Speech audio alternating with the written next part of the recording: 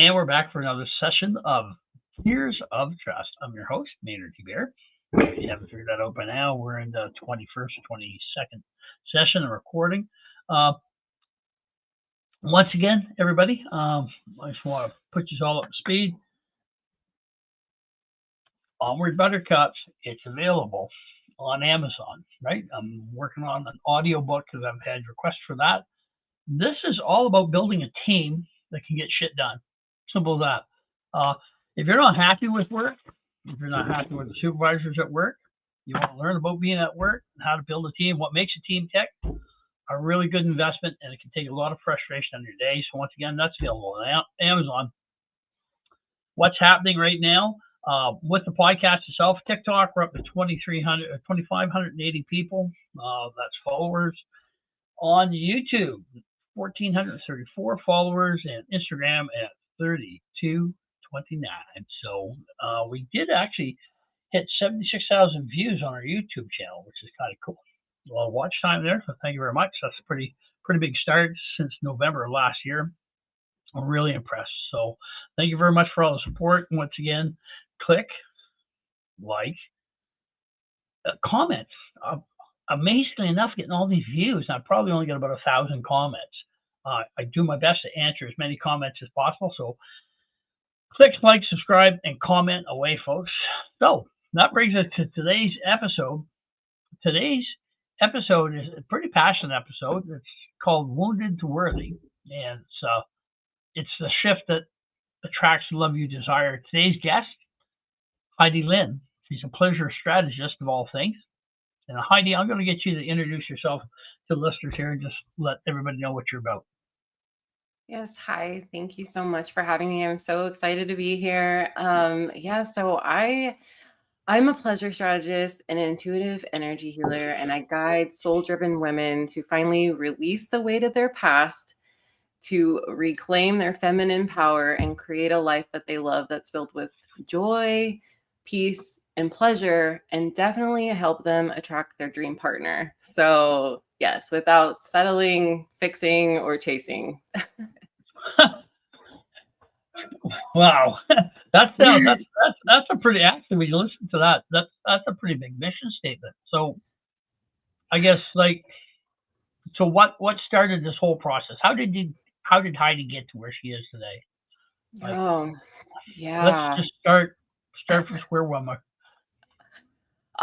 It's so funny because, it's like we go through things in life, and, as we're going through them, we may not see exactly what's happening, but then you come out on the other side and you're like, oh, I see now. Like, it's just like this epiphany. So for me, my journey, my healing, transformation, my soul mission, right? It took me from really growing up in like an alcoholic family where I felt basically just like the black sheep of the family, let's just say. And it got to a point in my teen years where it was just so much to like chaos that I just wasn't happy. And so I ran away from home when I was 17. And then I ran into the arms of my boyfriend, who then became my abuser. We got married. We joined the army. We got married. We made this marriage work for like 11 years. And then I found, 11 years. Wow. And, I stuck it out. I was trying to be, the good wife and the devoted. And so I poured everything I could into that, ultimately self-sacrificing. And then I found myself in September of 2014. I couldn't take it anymore. My daughter had witnessed things. She was 1.5 years at the time, and she had witnessed things that no child should ever witness their mother going through.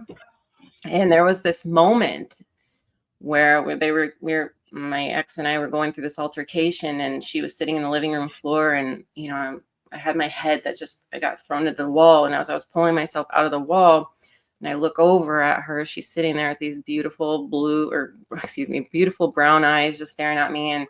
And she's, we connected, and I was just like, oh my God, like, what am I doing now? Daughter. Yeah. Yeah. And my heart, like, my heart like sank, but also I felt like this ignition of like fire inside of me at that moment. And I was just like, holy shit, like I can't do this anymore. She doesn't need to grow up thinking that this is how she needs to be raised, how she deserves to be treated, how I should be treated, you know? And so it wasn't at that moment, but I made a plan kind of like in the moment when something happened a little bit down the road. It was a couple weeks down the road from that point. And I kind of just left everything. I grabbed her and a backpack of essentials, and I left everything behind for good. And then we went to a women's shelter, and it was spent because I had nothing and I was kind of scared for my safety. I didn't really have anywhere else to go either. I spent 4 months there just kind of trying to figure it out, trying to rebuild my life, whatever that looked like. I just knew that I didn't want to be back at that house, and I'd rather be on the streets than dealing with one more second of what I had been dealing with. So yeah, it's just, I kind of just figured it out, kind of rebuilt my life in the shelter, you know, or started that process. And then I got out and started a new chapter. And then it was about a year later, and I met my partner, my current partner, and everything was good, and it was roses, and it was just like magnetic. It was lit up, and we had so much chemistry, and it was something, it was like a love, like a feeling of being cherished and adored that I had never experienced before. And it was just so intoxicating. He made me feel so good. I felt respected. I felt loved. I felt cherished. But there was something underneath the surface that I wasn't quite getting. And there were moments I look back now and I'm like, oh, okay, I was just kind of blinded to all the red flags, right? And then it was a couple of years in, and then he had overdosed from an opiate addiction and almost died in my arms. So that was like what I say is like the moment of like my, This is the new love you found? yeah, that was back in about 2015 that we had gotten together. And then in July 4th of 2020 is when he had overdosed. And so, yeah. And that, I was like, whoa, like what happened? I felt like my life was literally just like falling apart, you know? But that was like the moment that was like the catalyst to this radical like healing journey that I just went on, because I realized in that moment, I was like, oh my gosh, I've been like pouring all my attention and effort and energy into other people. Like I need to pour into me. I need to give myself attention. And it was just like something that just clicked. And so I just started doing whatever I could, kind of like just pulling at, you know, weeds or grass or whatever, to try to just like get whatever I could to feel like I was happy inside and whole. And yeah, and that's kind of what took me on this journey. And so as I was healing and I was doing all these things, I realized that it was like 2 years later, my partner who had the overdose, I had only said I was going to stay with him if he showed me he was going to, you know, heal, like go to therapy, do those things. Right. And if he didn't, then I was out. But if he did, then I would stay with him, and because I loved him. Right. And then it ended up being a year later, and I found that I just wasn't still happy. Like I felt like I was still the caretaker. I felt like I was like holding our family together financially, energetically, emotionally, all these things. And so I just told him one day, I was like, listen, like I'm ready to go. Like I love you, but I need more from my relationship. I need more from my partner. I see myself going, I'm elevating, and I need a partner that's going to elevate with me. And I don't feel like that's that right now. And that's just kind of what it is. And so he at that moment was just like, wait, just give me one more chance, please. Like, and my heart was like, okay, do it. And then my mind was saying, no, don't do it. You know, you've been down this road. This is time, Heidi, you know? So I gave him one more chance. And then it was a year after that I had found myself like looking at a relationship and I was like, oh my gosh, like I'm in love with my partner, and I'm in love with my life and just my relationship with him. It was everything that I had always wanted. It was everything I had written down to say, like, this is the ideal relationship for me and my partner.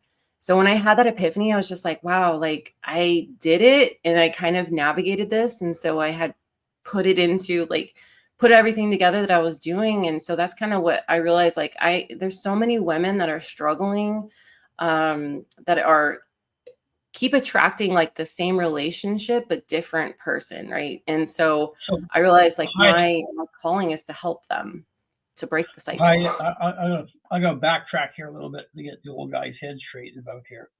Sure. So I'll go right back to the start. So when you left home, was it so destructive that there was no support mechanism from mom and dad once you'd left, or like that was a complete severed tie in that support mechanism?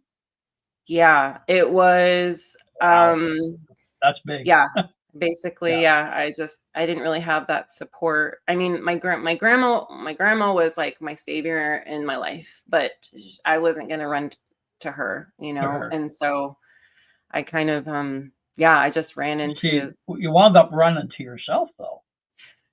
I did, yeah, Like you had yeah, no support mechanism, right? Yeah, that's big. So your your second spouse or your second relationship, and I think is that still the current one with the gentleman that overdosed? yeah, So to this day, so he got his shit together, yeah, he did, and and he got right, and that so you had said earlier that you're talking about helping other women not go into this pattern. It's so ironic because when my marriage collapsed in 2000, my first marriage, I married a woman, adopted all three kids, had trouble with my stepdaughter, and the story goes on. But she was at the University of New Brunswick, and she was writing a thesis on how women pattern bad relationships. Ironically, what my stepdaughter was going through, and she went through some pretty extreme stuff, mm, like being prescribed pharmaceuticals for her problems without really dealing with her problems, right? That's a bad road in itself. yeah, But you've managed to take this relationship from him almost dying in your arms, having a talk with him, getting the communication going, and getting him to get his shit together. Wow, tell me more. yeah, it That's was, big. it was so, I was at the point, I look at it and it was like I was at the point, my breaking point of enough, the same as I was when I was leaving my previous relationship with my daughter. It was like I had that same kind of idea, like I don't want this for me, but I don't want my kids to see this, because then I had a son with my current partner. So I have two kids Yeah. now. But so I was like, I don't want my kids seeing like this is how relationship is supposed to be. Um and and having like the woman holding everything together. That's not, I mean, it's a partnership, right? Like relationships should be 100% equal share.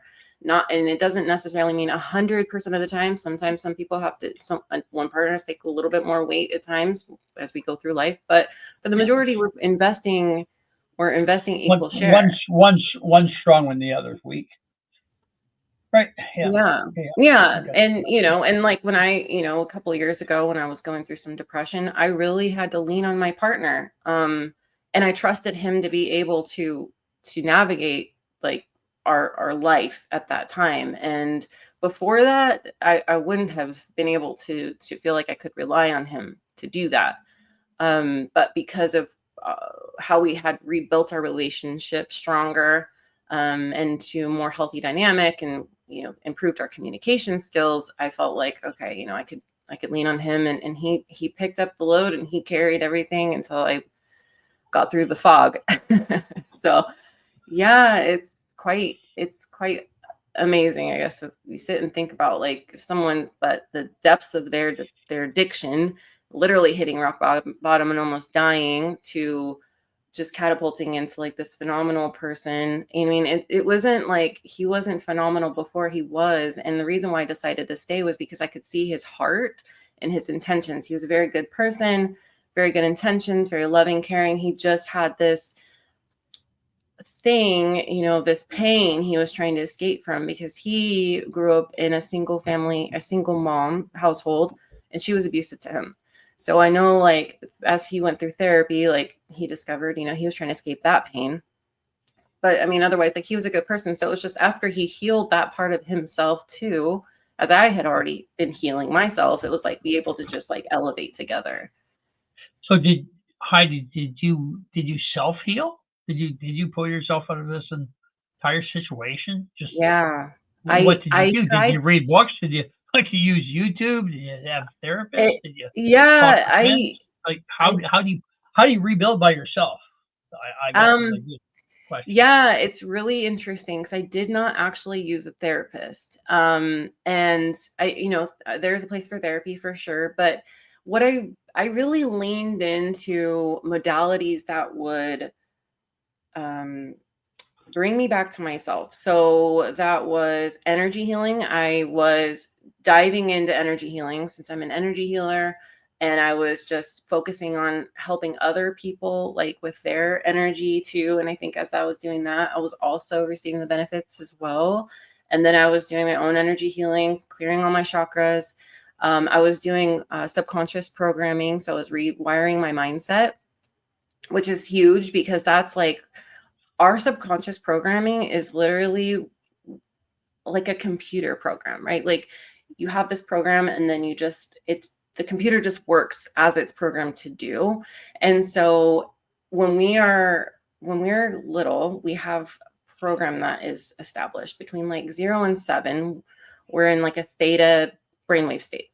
And we're in like basically in hypnosis. So everything that we see at that point in time in our childhood is basically like it's a recording. So we're It's recording this. So imprinted. Yeah, imprinted. yeah, Yeah. so we're basically seeing how our caregivers treat each other, how we're made to feel, our worth, and all those things. So our beliefs are formed. So then we play that out for the rest of our lives according to that program, unless we decide to change it. So then I realized I needed to change the program. So I started just doing just health hypnosis. I was doing, affirmations. I was journaling. But the biggest thing, if someone is listening and wants to know, the biggest thing I think that was my healing that helped me heal, forgiveness. And I say that because it was like once I went through this forgiveness process, it literally was like what took the shackles off me. Like I had invisible shackles that was tied to my past, tied to my parents, tied to my ex-husband, tied to my partner at the time, my current partner now, but I was holding so much resentment from him and all the betrayal I felt and myself for me allowing all that crap to happen. So I had to go through a few forgiveness practices, but that was literally like what just I felt like just let everything go. And it took me a little bit to understand or consider what forgiveness actually was, because originally when I heard, oh, work on forgiveness, I was just like, I'm not condoning what they did. Like my life was shit, whatever. Yeah. But then I realized it's not about them. It's not condoning what they did. Forgiveness is about allowing yourself to let it go. And once I had that mindset shift, oh, it's not even about them. They're just living their life. And here I am stuck attached to the past, attached to this pain. I need to let myself heal and I need to let this go. And once I did that, like I felt like some major shifts were happening. And that was probably the hugest thing to my healing. Yeah, yeah. I'll attest to that. I refer to that as acceptance, right?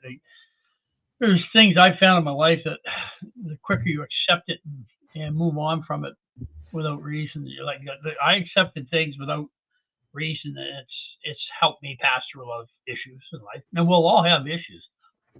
Like it's just amazing. But did you research this stuff? Did you read to find out how to do this? Did you like so you've got no professional like all these techniques and things that you're using?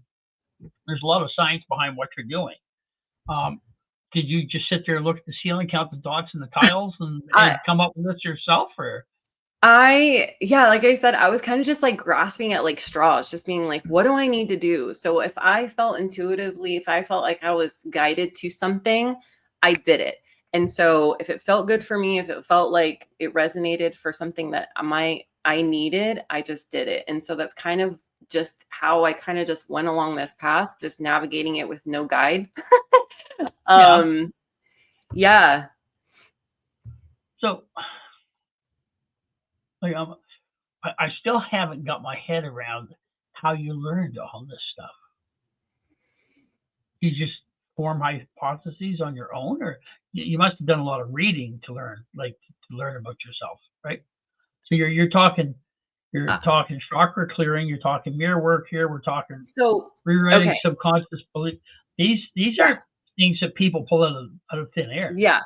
Okay. Yeah. So with the chakra healing, because I'd done energy healing work, I'd already been familiar with the chakra and how it holds energy, and if it's if it's out of balance or blocked, that can affect our life, and it can even affect our our physical body even. So I knew that I needed to work with the chakras. So that had been some uh, through for that. And then for the subconscious programming, it was just, I was going on YouTube also. I think it's just like, I was just finding YouTube videos that would just talk about like, oh, rewire your mind. Or honestly, like the whole, how I came to find all these things, I can't quite remember, but I know that it was um, definitely a lot of YouTube videos and like self-help, like um, release, releasing releasing what's no longer serving you. But really it was also when I was going through life coach training too, and that was also actually quite remarkable as well, because as I was training to be a coach, I was also being coached. So like I had a peer coach that I would coach and she would coach me, and then it was just hours upon hours, just tons of coaching. And so that also helped my mindset shift as well. And I had a peer coach introduce me to the forgiveness. So that was kind of just how that kind of came about. So she was just like, hey, I've done forgiveness coaching, I would love to gift this to you. I think it would help you. And I was just like, okay, and then she did it, and I was just like, oh my gosh. That was just amazing. And then I just did that same thing with myself for a few other times for the other people and myself that I needed to do. Wow. So that's a lot of rebuilding. That is. That's that's a lot of Yeah, there rebuilding. was also there was this book called the Self-Love Workbook that I had found, and there was a lot of good reviews. It was on Amazon, and so I went through that book also. So it was also just as I was thinking about love and myself and my self-worth and self-esteem. Yeah, I was able to kind of just like reframe my thought process about myself. So how much of the first relationship did you put on your own shoulders? How much did you say, Heidi, this is your fault, and did you impose self guilt in that, or Um, I I did. I don't know. I did, and then I flip flopped. Like I put so much initially. I had put so much blame onto him, and was like, he did this to me. And then I eventually shifted and was like, no, like I'll like put myself in that situation. I did it, and then now I'm at a point where I'm like, it was just meant to be as far as my purpose, I believe. Like we have to to go through these things. But also to this too, day it's I just like still I oh I'm sorry, yep. oh, I was just Get gonna go. say it was also oh, sorry. My internet keeps cutting out. You all good there? Yeah. All right. We're back. Okay. Because I apologize. My internet was cutting out. But it was Okay. also too, so I think it was like, yes, I blamed him. I blamed myself. And I kind of came to this um new idea that it was something that I needed to go through to be able to serve my greater purpose and help women heal from all this, learn how to heal like I did from all the pain from my past. I see a lot of people still to this day, not just in relationships, always have a blame mentality though. Always putting it on somebody else for their Mm, situations and stuff like that. So a lot of these things that you've learned and taught yourself, one could impose those on themselves to just create a better general life, could they not? Absolutely. And it's funny because it's like I say that I help women attract their dream partner. It's really, I'm helping them come back to themselves, because what the work is that we do together is help them let go of that programming, but also to just learn how to deeply, unapologetically love themselves. And once you, and anybody, like if you love yourself and you see your value and you hold true to that value, you have boundaries, you have standards, you have a vision for your life, you have confidence, and you start to walk the path towards what you want in life, because you feel like you're worthy of it. You feel like you deserve it. But for those people who don't feel worthy of it, I think that they struggle more, and then they live in like a lack and poverty and victim mindset. So it's like those people that it could have been easy for me to fall into a victim mindset, but I realized that if I was a victim, that I have no chance of changing it. So the beautiful thing about owning your life circumstances and saying, I did this, I created this, whatever, I allowed this to happen. And some people probably argue with me on that, but seriously, it's just, if you can say, I did this, I have the power to create my life.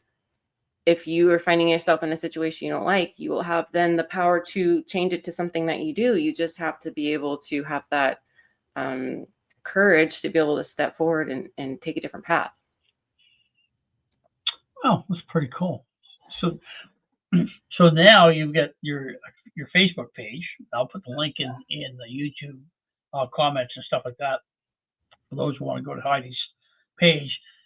So now you figured out how to fix yourself up. You got something that works, and you're systemizing that. You're turning that into a system to coach people now. Is that correct? Yeah. Yeah. I've created a program. I had to go back and think about all the things that I did, and I put it into like a systematic process to be able to help women do the Yeah. same. Wow, that's pretty amazing. That is. That's good. Like as we talked prior to this last week, is that like you've got a lot of people you can help out there.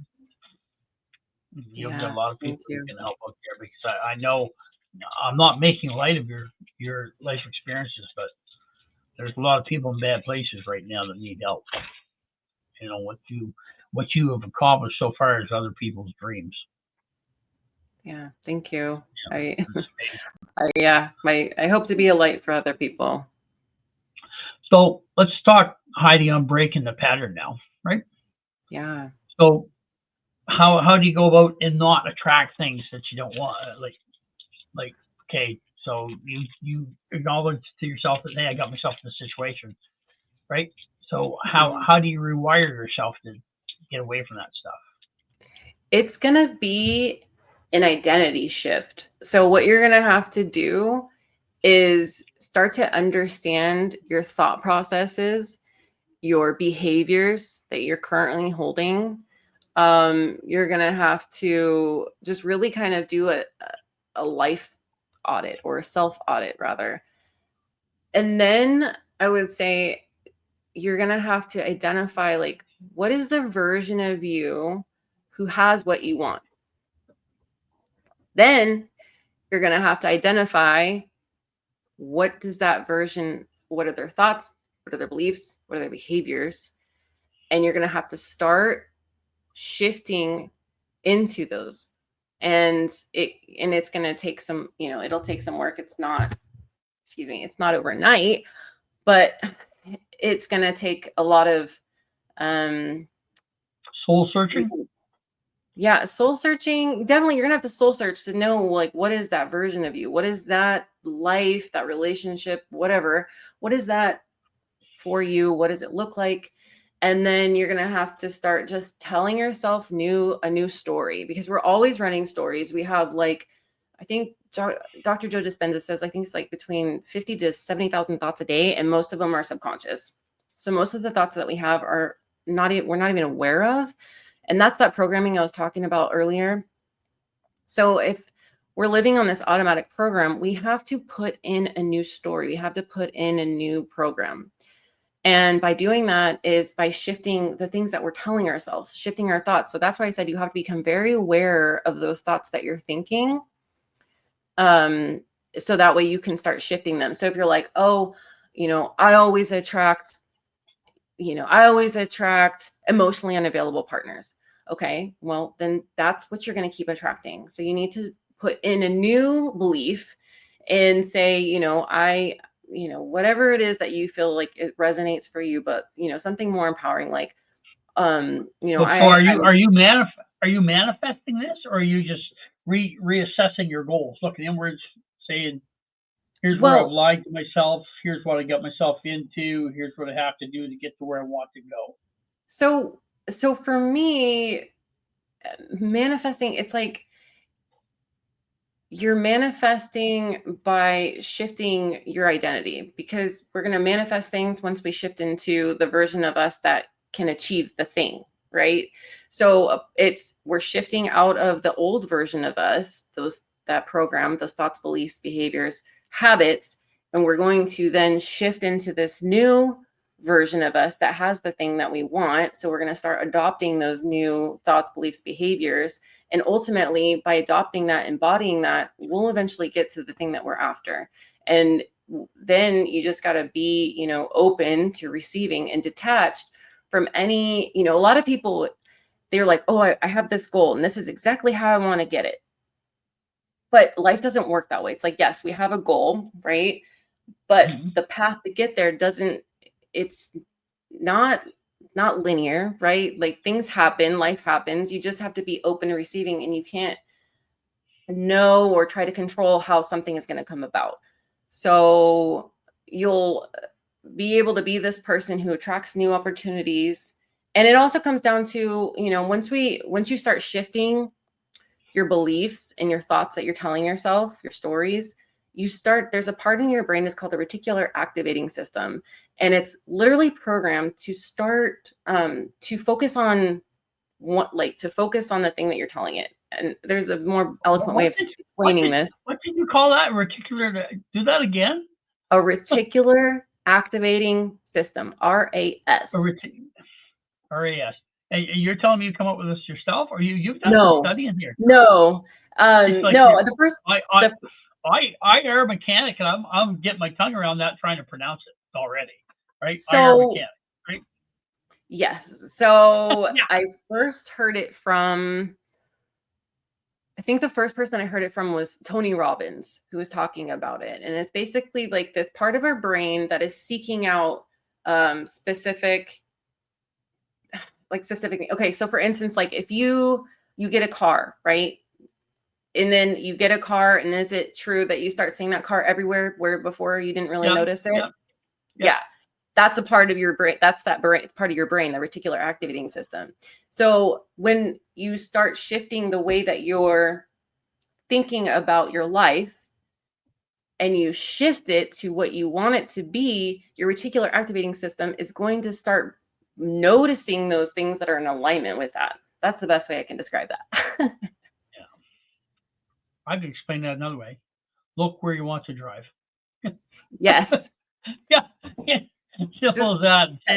Yes. The guy did ski patrol for a couple of years, for 4 or 5 years, post heart attack here in Canada. And we're doing level 3 training on extreme hills and stuff in the Canadian Rockies here. And we're shooting blades or going down through trees and stuff. And so I'm scared shitless about that. Right? And my nickname in ski patrol was Tumbleweed. And that's basically what I bet. Yeah, fall out or nothing, right? Not falling, you're not trying. But my instructor in that case there, that's exactly that. I can't go through trees. He says, all you have to do is steer for the white. If you steer for the green, steer for the brown, you're going to have a bad day. Steer for the white. So the rest will take care of itself. And I guess that in similarity is exactly what you're saying, is it not? Just like we find what we look for, I guess, right? Yes. And I've heard that analogy too about skiing too. It's like, you don't focus on the obstacle, you focus on where you're trying to go, right? Because if you focus on the obstacle, you're going to go into it, right? Yeah, that's kind of a spin on that one, and that holds true to life. So you've advanced yourself so much here from being in a hellish position, looking inward, fixing that, get to training. So Why do you think young women and young guys who enter into these type of relationships, is it from not knowing what a relationship's going to be like? Is it like, how do we get ourselves in there in the first place? Oh, yes. It's the program.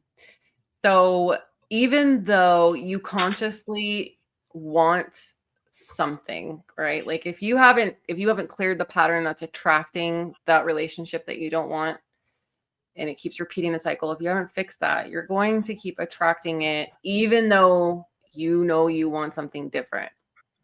So it's because of your belief system about yourself, about the relationship, um, about relationships. So, well, what key identifiers would let oneself know you're going down that road? Like, how would you even Mm, know until you found yourself in the position of hell? You know what I mean? yeah. Like, So, I'm 65 years of age, so I've seen a lot of shit and get a lot of experience about stuff. So I'm pretty attuned to what I'm doing now. Uh, but in my earlier years, back in my 20s, like I was very naive and wishful to the ongoings of the world. And I joined the Navy and had a girlfriend, the first girl I ever lived with. I went to fucking see her come back, and she had the fucking Electrolux vacuum cleaner salesman moved in. So it was more than the vacuum cleaner that sucked. But at the end of the day, that was my first experience to a relationship. Number one, you're in the Navy, you don't have a relationship. But I learned that. But how could a young person determine their life's going to go to hell, or do they have to get into a mess to get unstuck for it?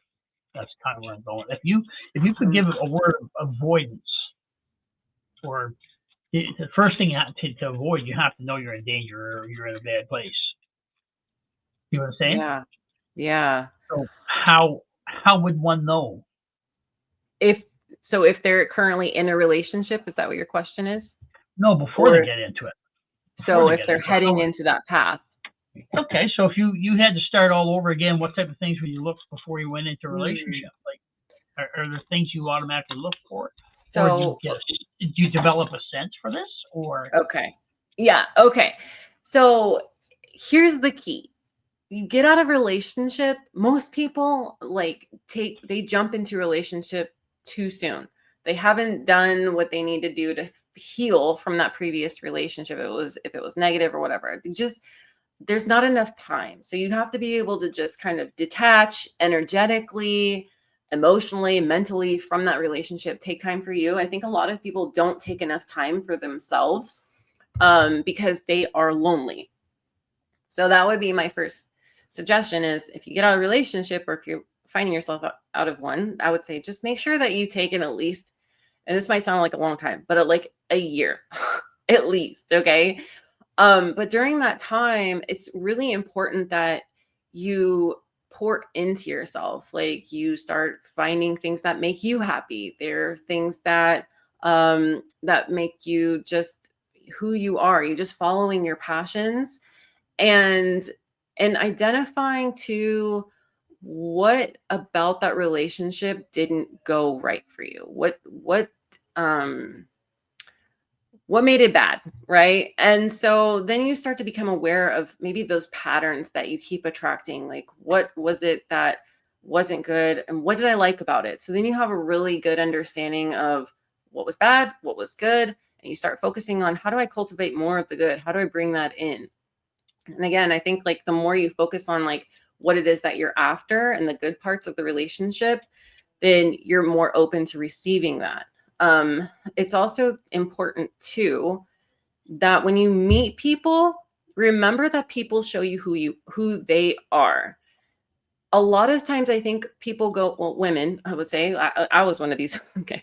I would go and like meet people and then I would be like, oh, they have potential, right? Like, no, you can't focus on people's potential. You just focus on who they are right now. Are they in alignment with your values?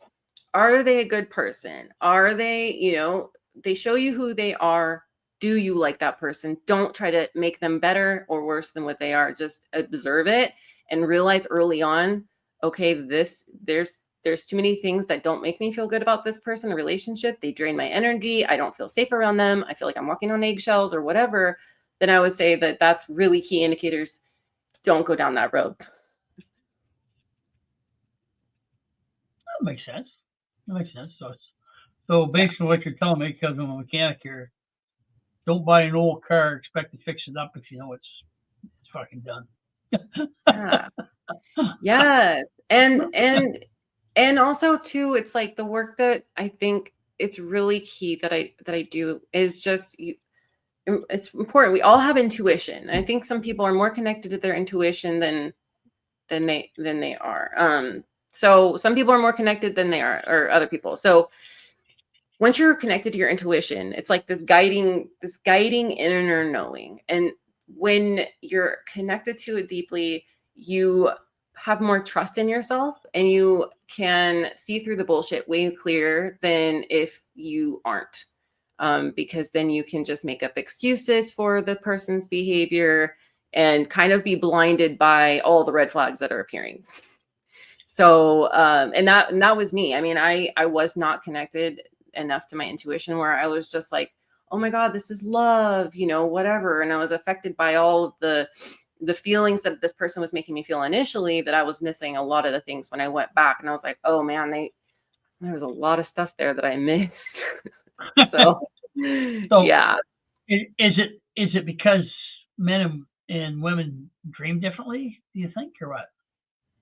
That do they what? So like, do they dream differently?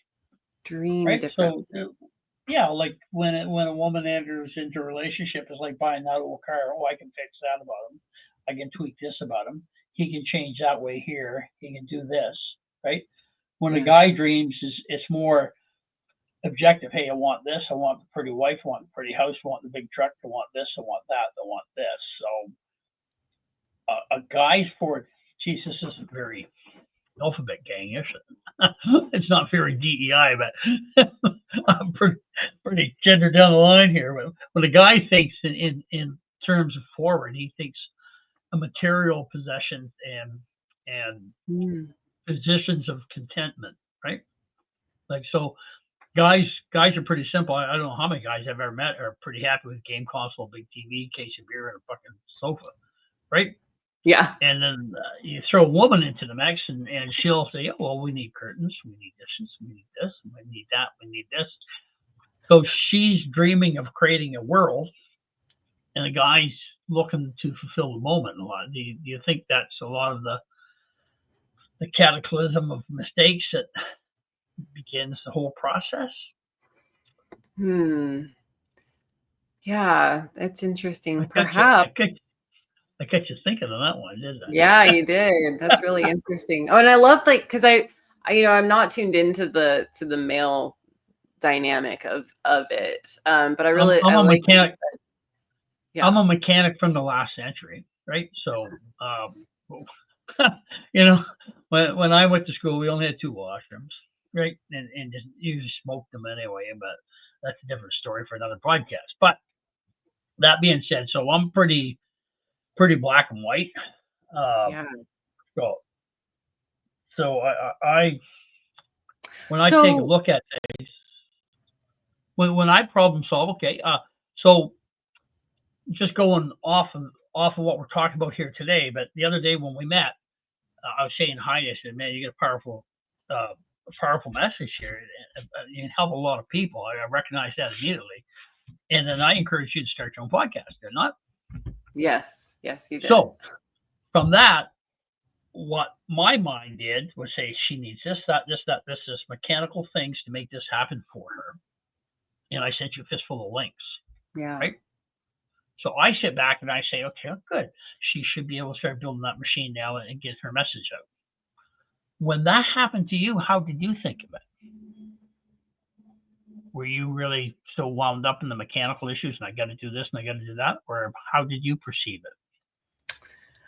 How did I perceive your help? Is that what you're asking me?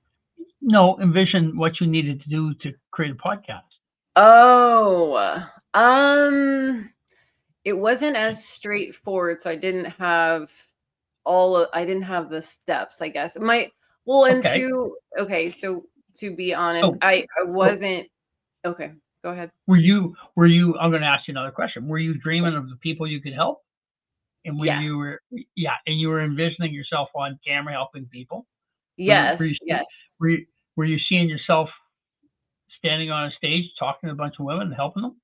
Yes. Yes. That's as much as public speaking terrifies me. I see myself on stages. Like, I see you there too. oh, I see you on stages, and like from our initial onset a couple of weeks ago when we started talking together, I knew the importance of your mission, and I know where you're going with this even before you do. And that's that's the privilege I have of age, right? I always tell people every 10 years you change. So yeah, I believe that. my no, that's the truth. So I'm Yeah. 65 now. So from 0 to 10 years of age, you know what I want to do? I want to catch frogs, ride my bicycle, do jumps, and not get my nuts caught in the seat. From the Yes. ages of 10, well, that's the life. From the ages of 10 to 20, right? I learned how to shave, even though I didn't need to. I got all kinds of neat dreams at night, and I tried chasing women to the age of 20. But good place to be in the Navy. From 20 to 30, I found out I could catch women, but I need a little bit more. And I thought, because of my program that you talked of earlier, the family mechanism was what I wanted because I come from a family of 10 kids. Last century, we used to have big families. It's 6 sisters, 4 brothers, or 3 brothers for a total of 10 kids. I learned about lineups. I'm waiting for the washroom with 6 sisters. I learned about lineups. Trust me. So from the ages of 20 to 30, that's what I thought was right. So I married a woman who had 3 kids and adopted the 3 kids. From 30 to 40, I was raising the kids. I was thinking about the Mm. kids. My priorities changed again. From 40 to 50, I realized the kids were all grown up, and I didn't like the person I married because I did it at the wrong time at 22, but I held tight to it. From 50 to 60, I established myself in a career to Western Alberta. I came out here from back in when I came out here in 2002, I had 2 garbage bags of clothes from a broken marriage, a toolbox, a rented single axe U-Haul trailer, and a '93 Chevy Blazer, and that's how I come to Fort McMurray, Alberta, Mm. on bended knee. Discharged first day from bankruptcy. Uh, so basically, I had to rebuild my life, different, different than what you did because as a male, I'm a provider, right? Yeah. Uh, and I took that year and a half, actually 2 years. I did stand-up comedy in that time, um, and I really went inwards and looked at myself to self-analyze and say, hey, did I screw this up or what? And in the end of the day, it came out I was used as a meal ticket, and I didn't identify long-term mating factors. Right, and bring us on to here. And now I'm from 60 to 50, 50 to 60. That's what I did. Now from 60 onward, I'm transitioning once again because I'm not king shit at Turtle Island, but I'm not a bad mechanic. I lead a lot of guys through experience and stuff like that in the industry I'm in. I'm always in team environments. And through that 50 to 60 range where I was in ski patrol and I was supervisor and project manager and this manager and that manager, I found out how teams self-destructed. Mm. And a lot of teams can be resolved, their issues can be resolved by communication, believe it or not. Oh yeah. Yeah. So the team you're talking about is man and woman or woman and woman or a couple teams. I look at different teams. So my face now is got the podcast going for love because when I was north at one of the mine sites last summer, a guy I worked with 10 years earlier said, hey man, these are good conversations. You should have a podcast, and here we are. So I don't monetize it or anything, and that's not the purpose of it. I wrote the book to help teams. I'm learning That's how to get on the amazing. speak. Yeah, I'm learning how to speak on stage and make connections within that industry. And my retirement plan is I'm going to be traveling around North America here, talking to people, fixing up their teams, and dragging the wife along for a tour in the U.S. Hopefully. So Love it. that's the game plan. But back to where I started with that, every 10 years I've changed, haven't I? Yeah. It's a Yeah. Different it's a phases. process, right? And Hmm. I can see where you're at right now, and it's absolutely amazing the recovery and self heal you've done here. That's phenomenal. My stepdaughter in my first relationship, never got to that stage. She fell into the abusive relationship situation. She was admitted to a hospital in 2000, 2000, put in a rubber room for a week. She had that many suicidal tendencies. She fell down the path of resolving issues with pharmaceutical drugs. So back in the day, you could get prescription drugs in New Brunswick, which is just above the state of Maine. And one in the audience here, Heidi, she's from Oregon. Pretty clever. I remember that. So, yeah. Anyway, my daughter, with manipulating doctors, she would go to one doctor, tell them her life problems. You know what doctors do? They write a prescription. Here, you need this, you need that, you need this, you need this, take this, that, and that, and this. So you take a bunch of drugs, didn't kill the pain. You go see another doctor, tell him the story again. He prescribed a bunch of drugs. And the third doctor, so she had 3 doctors on the go. She was taking over 100 prescription medications a day in 3 rounds of medications. She dropped from 140 pounds and having 3 kids to 75 pounds. Oh, wow. We thought she was going to be dead within the year. And my analogy to that was like, if I had a bad relationship and I went to the bar and the fucking bartender described me 2 shots of Jack and Daniel, chase it back with a fucking quarter Canadian club, I still hadn't dealt with the issue, and the same thing as my daughter. So your conversation today here, Heidi, strikes home to a lot of things that I've experienced in my life with my stepdaughter, which is absolutely amazing. That's why I said 2 weeks ago that your message is so powerful. Yeah, that's why I'm so willing to help you set up your podcast and get that all rock and rolling, right? Because, yes, you've been so sweet and so kind, Maynard. The amount of people you are going to help, Heidi, you're going to surprise yourself. 10 years from now, you're going to say, "Holy jeez, I helped that." I met in the speaking business here. I've met another lady in Goodyear, Arizona, who's mentoring me on the speaking thing, and she does corporate culture. She's helped over 500,000 people. Wow. Off the stage, and she doesn't even have a podcast. Right? It's amazing, but incredible. So cool. So enough about me and all this blah blah blah stuff. Well, I want to touch on something. I really want to touch on something, Maynard, because you said like with your book, which I think is phenomenal. So I love what you're doing with your book. Seriously, like with the leadership and helping build the teams, because I just quit my federal job back in February of this year, and so now I'm starting on this this mission, this journey, and I was a supervisor in the federal government, and I was leading like 12 people, and it's so true that communication is so essential to teams, to just team dynamic, not letting things go, a lot of people can just be like, "Oh, we'll just brush it under the rug. We'll just keep going forward." But something happened. Something was said between 2 people, and they're just upset. Well, they're just trying to go forward, but it's like a virus that infects the whole team, right? So it's kind of like a relationship, isn't it? It is. So that's also too what I was encouraging my team. Like, listen, we need to talk, right? We need to communicate. Just like in our personal, relationships as well, or romantic relationships, anything. Like it comes down to how well you communicate, because I grew up feeling like, or seeing my parents not communicating very well. It was like very passive aggressive. And so for the longest time, that's how I communicated. It was just, I was upset, but I was just going to shove it under and just keep on. But meanwhile, I was pissed. Right. And so it took some time to really get to the point of a healthy conversation or healthy communication dynamic within my own relationship, and my partner too. It took him a lot of work with communication as well. So it's like once you can come together as a couple and you can feel safe enough, that's so key in relationships, is to feel safe. Like you're with a partner that makes you feel safe, seen, heard, so that you can open up that dialogue, that communication, without it being like, oh, I'm going to say something and now I'm going to be attacked for it.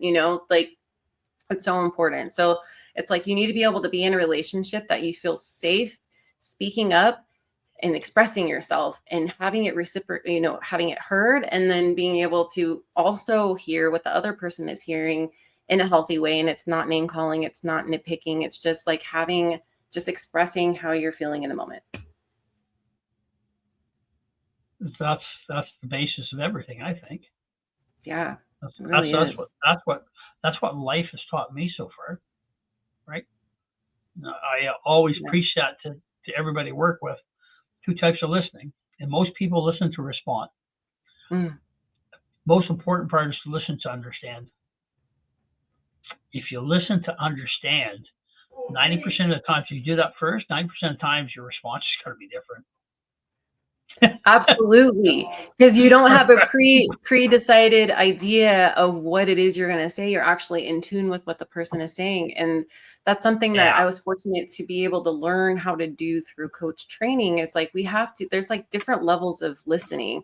And as a yeah, coach, when we're listening to our client, it's like we have to detach from what the person is saying and be in the moment and not be like, what's my next question? It's like, what is this person yeah, saying that yeah, I now have a question to that can pull more information out of them to have more breakthroughs. So yeah, it's really just like yeah, active listening, being in the moment. yeah. Yeah, a lot of people don't do that though. A No, they lot, don't, unfortunately. It would help. Like if we could just elevate our listening skills, it just, yeah, it's like we have yeah, 2 ears and one mouth for a reason, right? yeah, yeah. I have guys told me that many a time. 2 years, one mouth. So my mouth Yeah. gets rolling at high speed. So if you work with me, I'm usually the entertainer. So just Okay. just saying. But it is what it is. So okay, so you're stuck in a loop. So you're gonna give me some takeaways, Heidi. What can I do? I want to Okay. regulate my nervous system, so I'm getting all tweaked out. What should I do?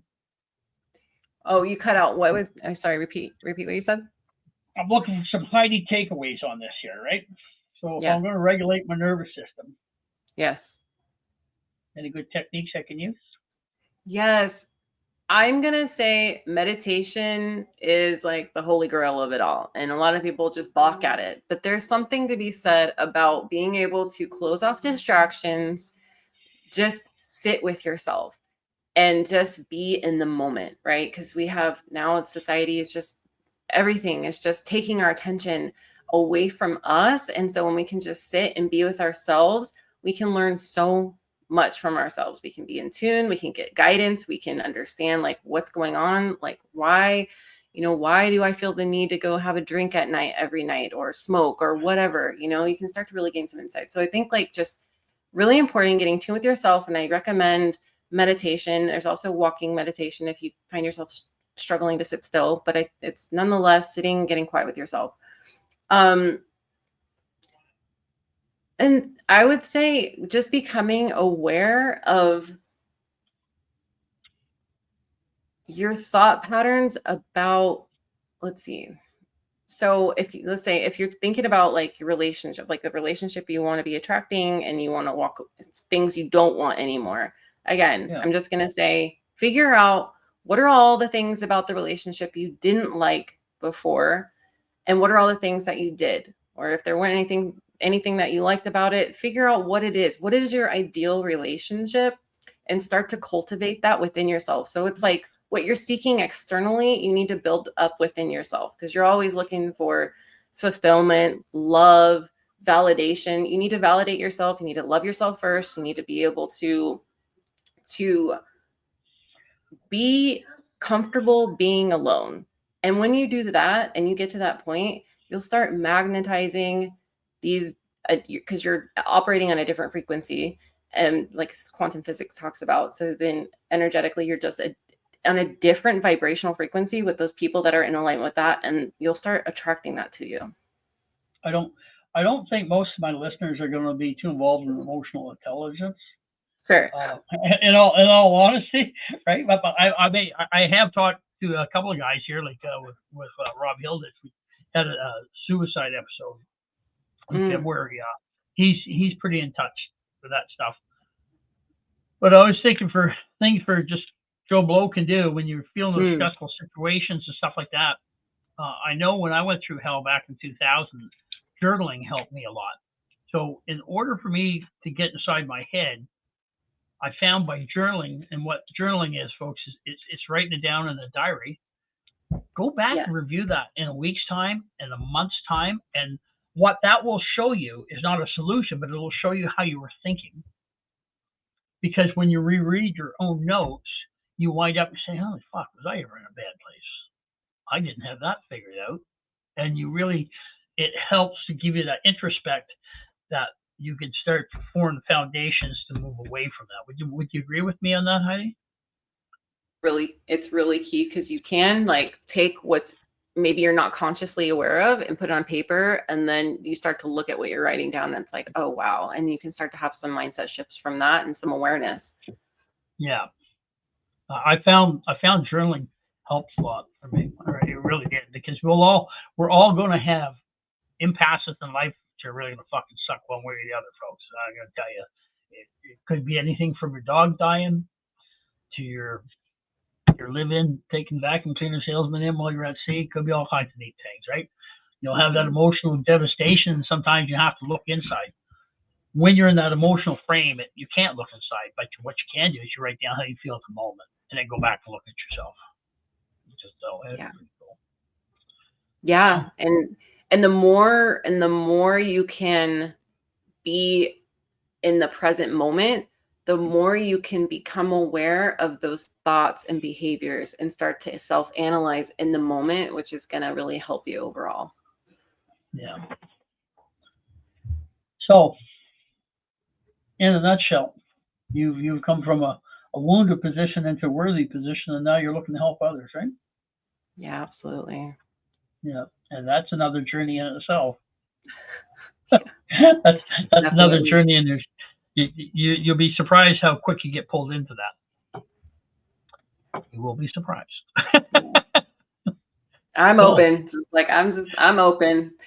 Yeah, you're going in the right direction, and you've got a lot of good things coming for you. There's a lot of personal satisfaction in helping others. You're similar mindset to myself, right? So when I see I help others, that's my reward in itself. And as the listeners to this show, every 10 years, your desires are going to be different, right? Because your life circumstance changes, and your needs and your wants change as well too. So cool. Heidi, I really enjoyed this conversation. It's really, really cool.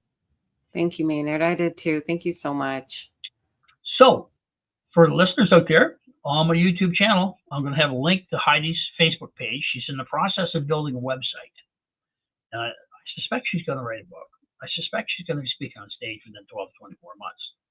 So she's on the start of another leg of her journey, which is going to be really, really exciting and really productive. If you want to reach out to Heidi, once again, her link is going to be on my YouTube, right? And I'll put it on the short clips that I put on my social medias as well too. So, Heidi, thank you very much for spending your time with me today, because I know it's been 2 weeks trying to get you stopped up long enough to have a conversation with you. I greatly appreciate your time. And at the end of this recording, I'm going to ask you to stay on while I download everything, and I can get video and audio files on this. So once again, thanks for tuning in to Tears of Trust. I'm your host, Maynard. Heidi Lynne's been my guest today. If you got any questions about the show, send us a comment, and I can put you in touch with Heidi. If you can't even figure out where the link is on my page, get a hold of me, and I'll put you in touch with Heidi. Heidi, thank you so much for coming out, girl. Thank you so much. Thanks a lot, everybody. Pleasure. Okay, bye-bye.